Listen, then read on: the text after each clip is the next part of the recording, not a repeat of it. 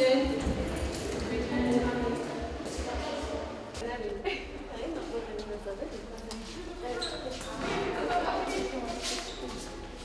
rodičia, milí predškoláci, som rád, že ste sa prišli pozrieť na jeden z 2 dní otvorených dverí našej školy. Som rád, že ste prijali toto pozvanie. Pripravili sme si pre vaše deti rôzne stanoviská, dostanú takéto hracie kartičky. Čaká vás svet jedla, svet robotov, svet anglického jazyka, svet športu a svet jedla. Takže potom si vás pán Šelky a naše masky, naši žiaci pekne rozdelia. Tam budete mať rôzne zábavné úlohy, alebo budete niečo tvoriť, robiť, vyrábať, ochutnávať a dostanete na každom stanovisku takú pečiatku, že ste to úspešne zvládli.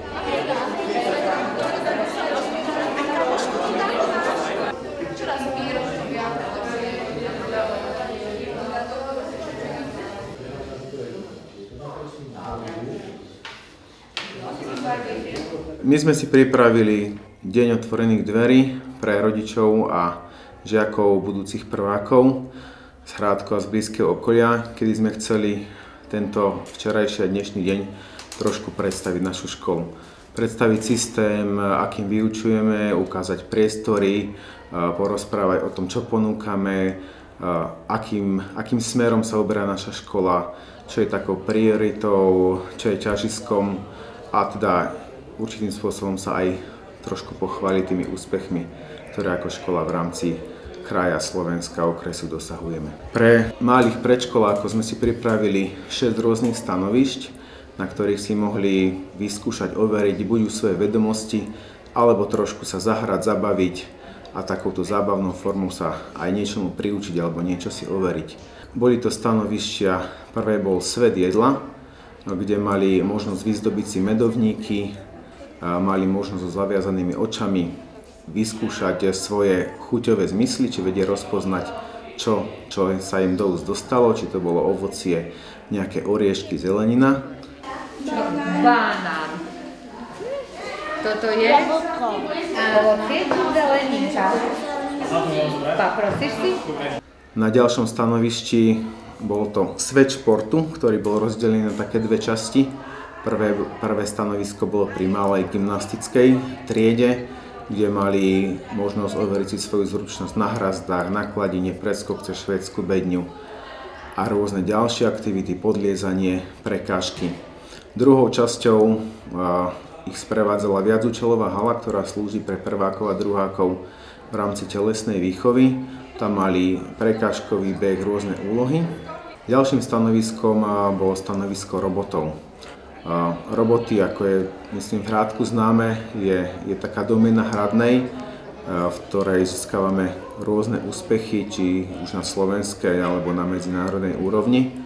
Aktuálne sme vyhrali Slovensko a postupili sme na majstrovstvá sveta do austrálskeho Sydney, kde pôjdeme so žiakmi. Ďalšie stanovisko po týchto robotoch, kde si mohli pozrieť teda ukážku, ako taký robot vyzerá, aké úlohy plní. Mohli navštíviť svet anglického jazyka, kde formou interaktívnej tabule rôznych úloh, pesničiek sa trošku zoznámili s tým jazykom, keďže vieme, že detičky už v škôlke sa venujú cudziemu jazyku, tak trošku si oprášiť to, čo vedia a zábavnou formou sa zoznámiť s tou angličtinou. Čo ideme robiť? Tlieskať. Nech sa páči. Ideme. 1, 2, 3, 4, 5, 6. Krásne vám to ide.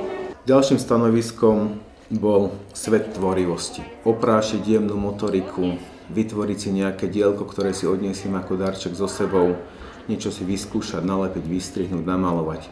To je taká bežná detská tvorivosť, ktorá ešte tie deti v tomto veku stále naplňa a baví. Všetky tieto stanovištia boli robené formou hier, aby tie deti mali z návštevy školy zážitok, aby si pozreli priestory školy, výzdobu, pozreli si triedy, v ktorých možno od septembra sa budú učiť. V rámci Dní otvorených dverí boli aj spoločné prezentácie pre rodičov budúcich prvákov, kde im pani zástupkyňa a vedúci jednotlivých oddelení alebo budúce pani učiteľky triedne predstavili formu, akou škola vyučuje v 1. 2. ročníku, čo ponúka do ďalších ročníkov, že boli rodičia oboznámení s tým, že vyučujeme anglický jazyk od 1. ročníka, informatiku od 2., ponúkame rozšírené vyučovanie, prvovky, zameranie prírodovedných predmetov na región, ktorý je tu najbližší.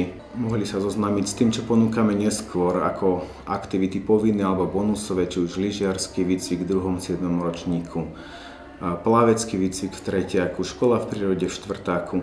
a rôzne množstvo súťaží, aktivít, prednášok, besied a či už vzdelávacích alebo aj zábavných možností, aby videli, že škola nie je len o takom klasickom vyučovacom procese, ale je o tom, aby pripravovala na život. Aby to, čo teoreticky deti vedia, dokázali vidieť, že takto to vyzerá v praxi, takto sa dá aplikovať, na toto v živote potrebujem. V tomto roku mali sme aj jednu novinku, ktorá nás čaká od septembra. A to už, myslím, že verejnosť postrehla, že pár mesiacov sa začala budovať nová ľadová hala, ktorá vznikla ako športovo-komunitné centrum v rámci spolupráce Slovenského ľadového zväzu, spolupráce mesta a samozrejme tento projekt je viazaný na nejakú základnú školu, takže bolo to postavené, stavia sa to vedľa našej základnej školy, že bude to nám veľmi blízko a môžeme to využívať či už v hodinách telesnej výchovy, či už na krúžkovú činnosť, alebo aj na aktivity spojené s touto pohybovou aktivitou, ktorá bude pravdepodobne 8 mesiacov na ľade a 2 mesiace bude to hala, štadión, ktorá bude slúžiť aj na iné pohybové aktivity. Chcem veľmi pekne poďakovať všetkým deťom a rodičom, ktorí sa prišli pozrieť na naše Dni otvorených dverí. Veríme, že to rozhodnutie, ktoré urobia, budú správne pre ich dieťa a chceme ich teda pozvať 16. alebo 17. apríla na zápis žiakov do 1. ročníka, ktorý bude od 8 hodiny do 17 hodiny, aj teda budúci utorok, aj budúcu stredu. Všetky informácie, ktoré potrebujete k zápisu, nájdete na webovej stránke školy zsahradna.sk.